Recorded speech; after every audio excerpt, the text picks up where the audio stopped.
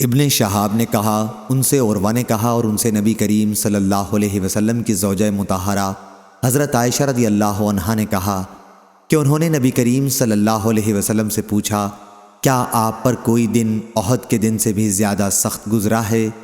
آپ صلی اللہ علیہ وسلم نے اس پر فرمایا کہ تمہاری قوم قریش کی طرف سے میں نے کتنی مصیبتیں اٹھائی ہیں، لیکن اس سارے دور میں عقبہ کا دن مجھ پر سب سے زیادہ سخت تھا۔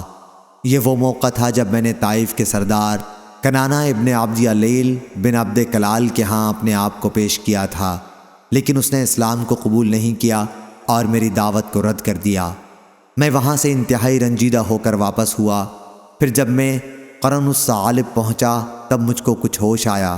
میں نے اپنا سر اٹھایا تو کیا دیکھتا ہوں کہ بدلی کا ایک ٹکڑا میرے اوپر سایہ کیے ہوئے ہے، اور میں نے دیکھا کہ حضرت جبرائیل علیہ السلام اس میں موجود ہیں۔ انہوں نے مجھے آواز دی اور کہا کہ اللہ تعالیٰ آپ کے بارے میں آپ کی قوم کی باتیں سن چکا، اور جو انہوں نے رد کیا ہے وہ بھی سن چکا۔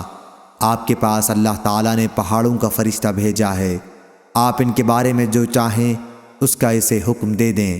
اس کے بعد مجھے پہاڑوں کے فرشتے نے آواز دی، انہوں نے مجھے سلام کیا اور کہا کہ اے محمد صلی اللہ علیہ وسلم۔ پھر انہوں نے بھی وہی بات کہی، آپ جو چاہیں اس کا مجھے حکم فرمائیں، اگر آپ چاہیں تو میں دونوں طرف کے پہاڑ ان پر لا کر ملا دوں جن سے وہ چکنا چور ہو جائیں۔ نبی کریم صلی اللہ علیہ وسلم نے فرمایا، مجھے تو اس کی امید ہے کہ اللہ تعالیٰ ان کی نسل سے ایسی اولاد پیدا کرے گا جو اکیلے اللہ کی عبادت کرے گی اور اس کے ساتھ کسی کو شریک نہ ٹھہرائے گی۔ صحیح بخاری حدیث نمبر 3231۔